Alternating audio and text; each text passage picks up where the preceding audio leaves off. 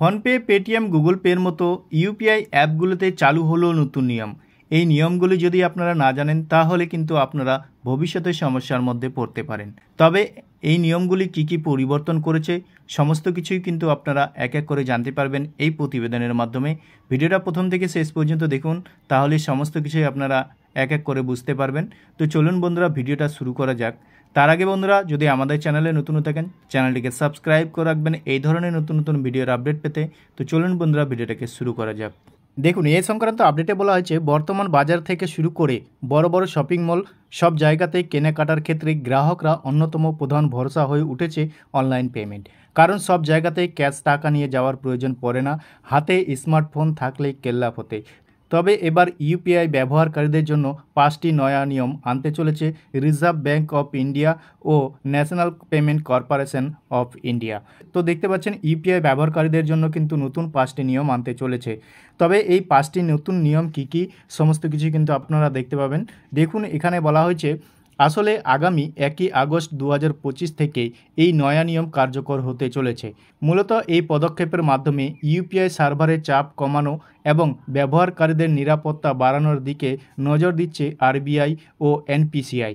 কিন্তু কি কি পরিবর্তন আসতে চলেছে ইউপিআই আজকের প্রতিবেদনে সেটা দেখে নেওয়া যাক। তো দেখতে পাচ্ছেন ইউপিআই আপনারা চালাচ্ছেন, সেই ইউপিআই কিন্তু 5টা পরিবর্তন আসতে চলেছে 1 আগস্ট 2025 তারিখ থেকে।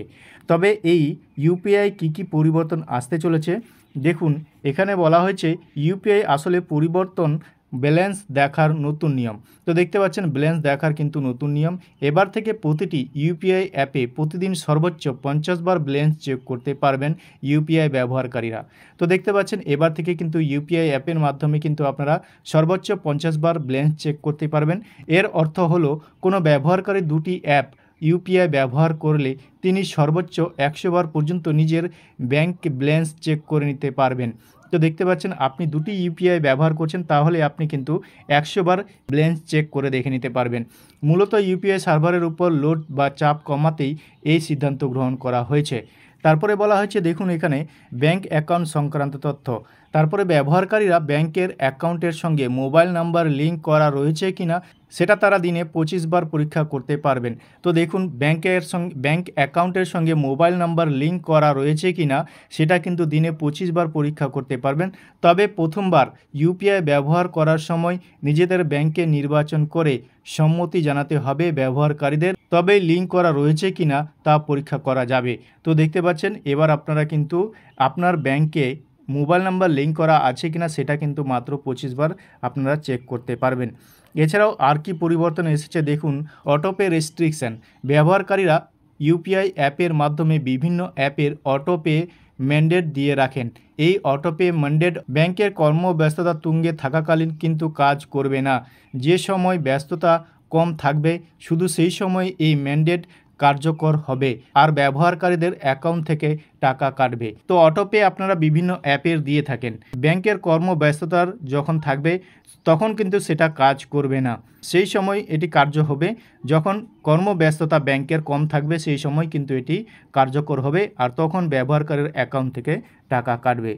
এর পরের পরিবর্তনটি কি হয়েছে দেখুন, এখানে বলা আছে ট্রানজ্যাকশান স্ট্যাটাস দেখার ক্ষেত্রে লিমিট, অর্থাৎ আপনি ট্রানজ্যাকশান স্ট্যাটাস কতবার দেখতে পাবেন। অনেক সময় পেমেন্ট করতে গিয়ে আটকে যেতে পারে, তবে এবার থেকে পেমেন্ট হওয়ার সময় আটকে গেলে সেই পেমেন্ট সফল হয়েছে কিনা সেটা শুধুমাত্র 3 বারই চেক করা যাবে।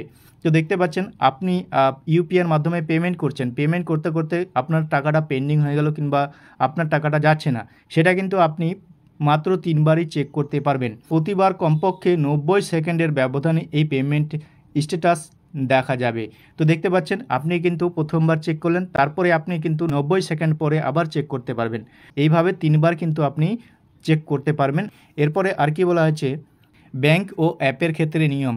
সমস্ত ব্যাংক গুগল পে, ফোনপে অথবা পেটিএমের মতো পেমেন্ট পরিষেবা প্রদানকারী অ্যাপ্লিকেশন প্রোগ্রামিং ইন্টারফেস বা এপিআইতে নজরদারি বাড়ানোর নির্দেশ দিয়েছে এনপিসিআই। এই নিয়ম যারা মানবে না তাদের উপর জরিমানা আরোপ করা হতে পারে। ইউপিআই ব্যবহারকারের ক্ষেত্রে তাদের উপর বিভিন্ন সীমাবদ্ধতা আরোপ করা হতে পারে অথবা সেই সকল অ্যাপ নিষিদ্ধ করা হতে পারে সমস্ত পেমেন্ট পরিষেবা প্রদানকারীকেও এই নির্দেশ দেওয়া হয়েছে যে আগামী 31শে আগস্টের মধ্যে এটি সিস্টেমে অডিট করতে হবে, তা জমা দিতে হবে। তো দেখতে পাচ্ছেন এইগুলো কিন্তু ইউপিআই পেমেন্টে পরিবর্তন হচ্ছে। তবে এই নিয়ে আপনাদের মতামত কমেন্ট সেকশনে অবশ্যই কমেন্ট করবেন। ভিডিও ভালো লাগলে বন্ধুদের সাথে বেশি বেশি করে শেয়ার করবেন, আর এই ধরনের ভিডিওর আপডেট পেতে আমাদের চ্যানেলটিকে সাবস্ক্রাইব করে রাখবেন।